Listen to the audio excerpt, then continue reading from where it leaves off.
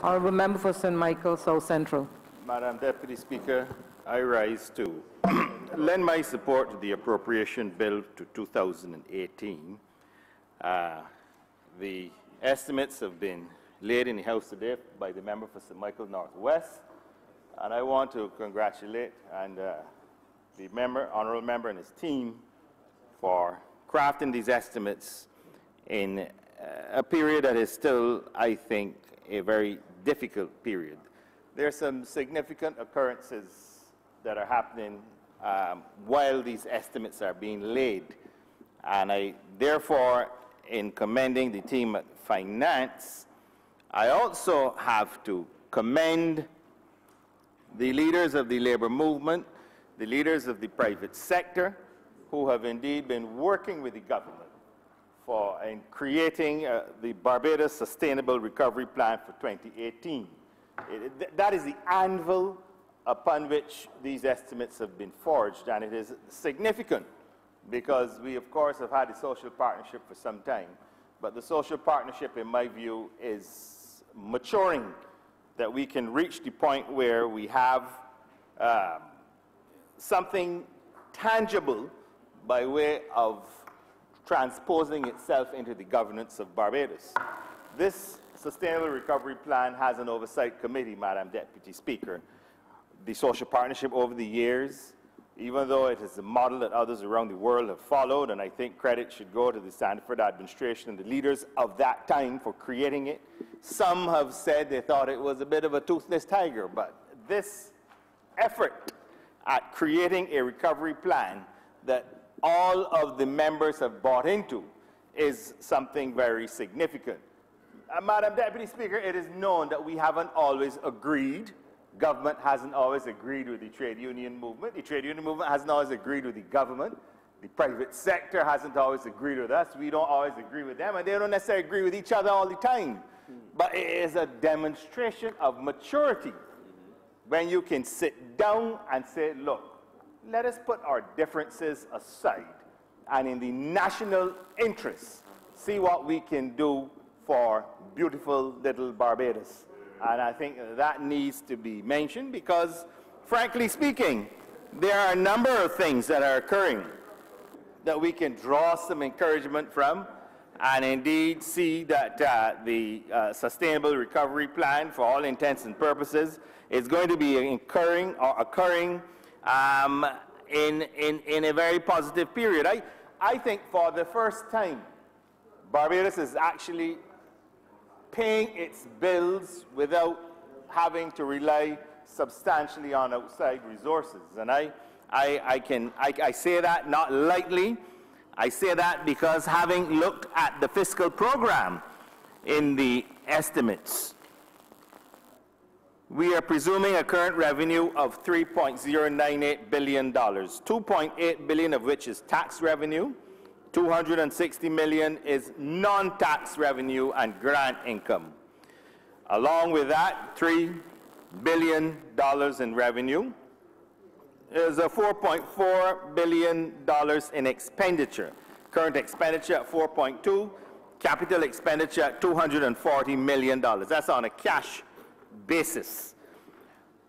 Madam Deputy Speaker, when amortization is excluded, a deficit of $321 million on a cash basis is expected. This is 3.3% of GDP when you assume GDP at a market cost of $9.6 billion. On an accrual basis, the negative operating balance is actually a paltry $8.5 million, representing 0.1% of GDP. So the continuing trend, Madam Deputy Speaker, of reducing the fiscal deficit as we seek to have it at a sustainable level in the future is something that is very positive. And I think we need to make this point. The member for St. Michael Northwest actually did make the point when he was in the latter stages of his speech, but we have to reiterate it because we must understand that, that this has come along with some painful decisions. No one likes taxation. No one likes when programs have to be cut. But at the same time, I think it's only fair that the same way we're going to speak about the pain, we have to speak about the gain as well. And I think that we talk about Barbados and what you have to do in the national interest, but sometimes you have to sacrifice. And I think that it is on that basis that I want again to salute what we are doing. With the truth is that if we want to have the fiscal deficit at a sustainable level, it should be less than the projected rate of economic growth. And if our debt to GDP ratio is to be more manageable in this regard, we have to support the bold initiatives that we are taking. The taxation was unpopular, the government was criticized, but it's important that we tell the people of Barbados that this taxation has indeed helped protect the government going forward.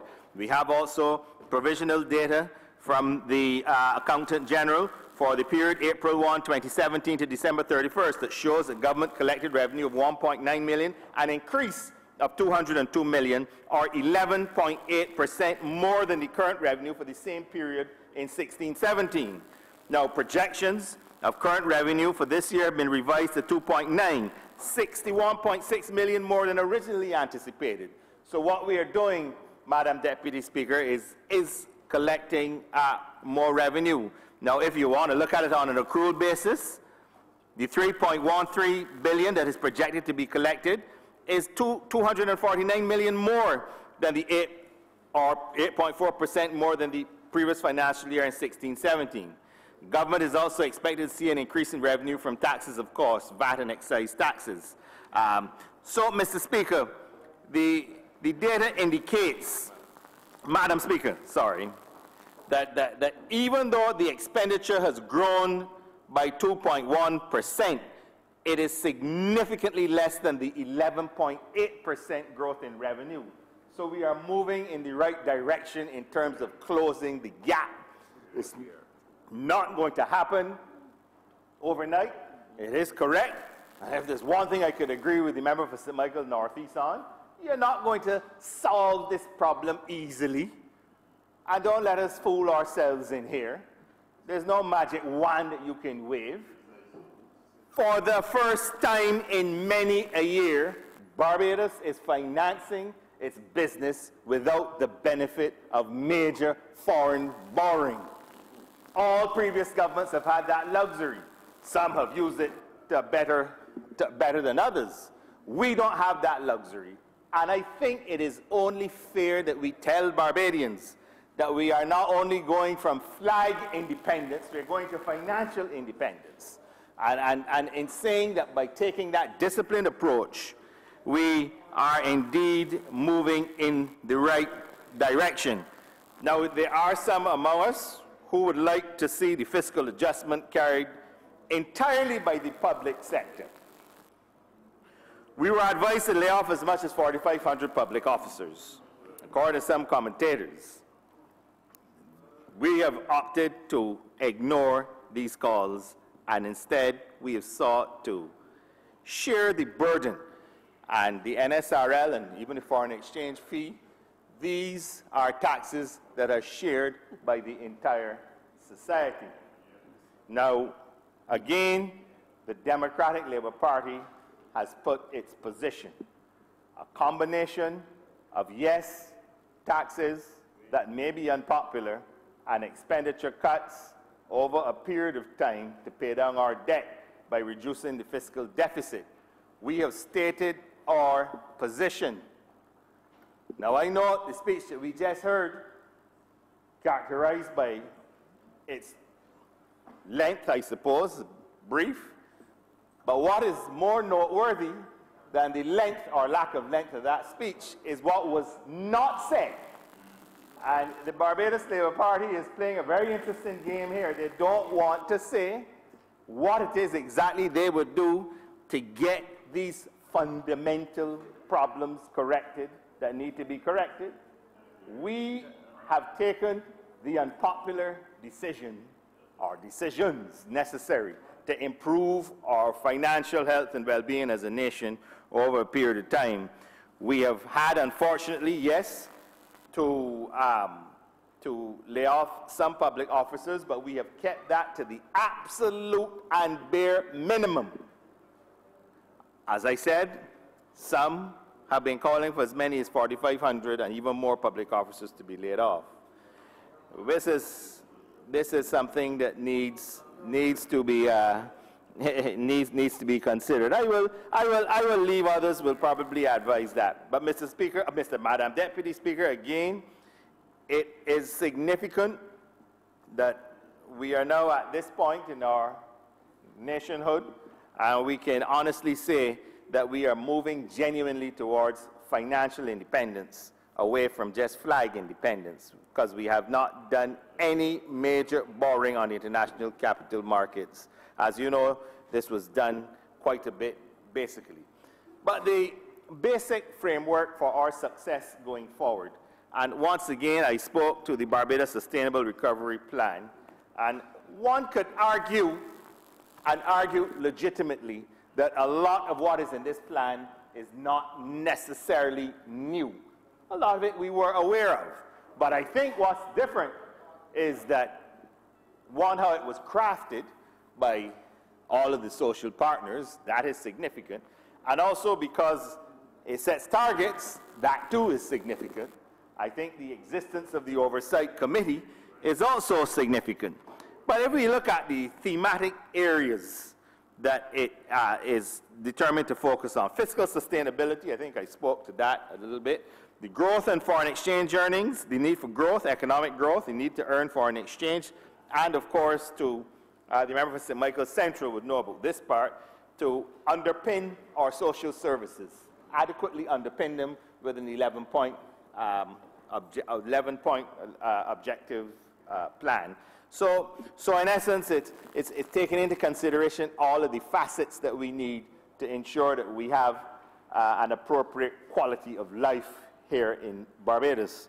And indeed, with respect to ensuring that we have economic growth, something that is required if we are to have a sustainable plan and to move our entire society towards a higher standard of living, we have to look at the axes of activities that were identified.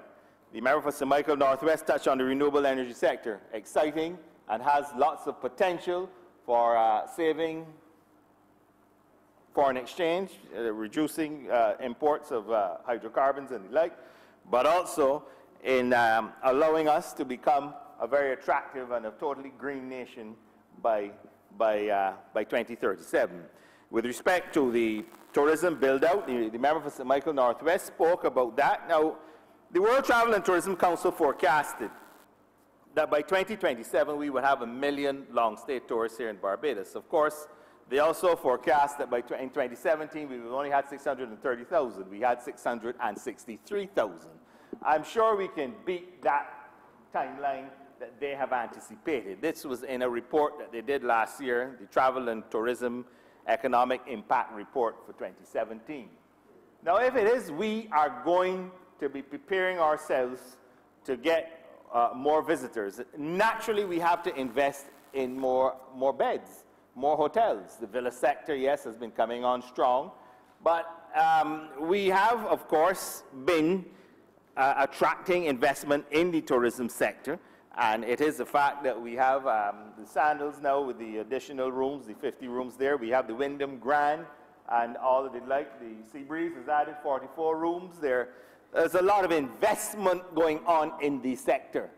And that is important, again, because one of the fundamental planks of our recovery is that we can earn more than we consume. That we have to be able, we talk about the foreign reserves. The truth is the only way you can put the foreign reserves on a sustainable path is when you can earn enough foreign exchange for your import bill. And hence, moving the tourism sector from where it is now, where it was when we found it, just over 500,000 long-stay arrivals, to now moving it closer to 1 million long-stay arrivals, and all of the impact that will have on employment, of foreign exchange earnings is what we have to do, Madam Deputy Speaker, and it is what this government is doing. And I'm certain again that no member from that side or this side would want to disagree with that approach. If we intend in the future to earn our way in the world, we must seek to generate more exports than imports. And our major export is, yes, tourism services. And I'm not taking anything at all away from the international business sector. For that matter, on the goods end, you still have agriculture and manufacturing doing their little thing as well, too. Not what it used to be, but still important. And, of course, the excitement that the cultural industries offers us. Those services, well, cultural services. But we have to look towards, that is the only way we can build our reserves in a sustainable way. I do not accept that we are somehow ignoring the fact that we have had these issues with our reserves. What we are doing is we are saying, look, social partners, work with us and let's put Barbados on a sustainable plan. Fiscal sustainability, economic growth sustainability, foreign exchange earning sustainability, and of course, ensuring that those that need the social safety net remains intact through it all. That is responsible government, absolutely, Madam Deputy Speaker. And that is what these estimates are about. Now, I am well aware, and well, the member for St. Michael Northeast didn't directly speak to it. Actually, I think it was one of the questions. I was in the bathroom at the time, but the reduction of $74 million in transfers to achieve our fiscal targets. The member for St. Michael Northwest is asking us to reduce transfers by $74 million. It's going to call for sacrifice, and I think it is interesting, and I want to speak to that because, as we were just reminded, we are weeks away from Parliament basically dying, and one would say at the most months away from a general election. But as a government, we are still prepared to put something that one could describe as politically unpopular in our estimates. $74 million reduction in transfers. That's the money that goes into the SOEs and so on, all the little popular programs that you can, the little things you can do around election time. You know, remember St. Peter knows a lot about that. He had a bonanza of it in his heyday. But we can't do that now because we're saying national interest first. And that is the simple case, Madam Deputy Speaker, that I make through you to all Barbadians. The case for the Democratic Labour Party. This is not the time to go in the casino and gamble with your future. We have a sustainable plan that partners have bought into. We have targets that are, yes, ones that call for sacrifice, but I think every single Barbadian understands the need for sacrifice for the greater good. Every household understands that. Whether it is you want to educate your child or want to acquire your own home, sometimes you have to sacrifice. I mean, I understand the member for St. Michael Northeast. Today's Carnival Monday in Trinidad, and you know, but guess what? At some point in time, the party has to done. The music got to stop. You got to sweep up the confetti and everything else and take off the costumes, and you got to get back down to business and not just make wild promises left and right. We are dealing with the fundamental problems with fundamental solutions. That's what this government is about. And having said that, tough decisions doesn't mean you have to be callous. And I think we have certainly, as much as possible, put a human face on this issue of these tough decisions. And I, of course, want to say that notwithstanding the doomsday preaching, Barbados has not collapsed. We have not devalued.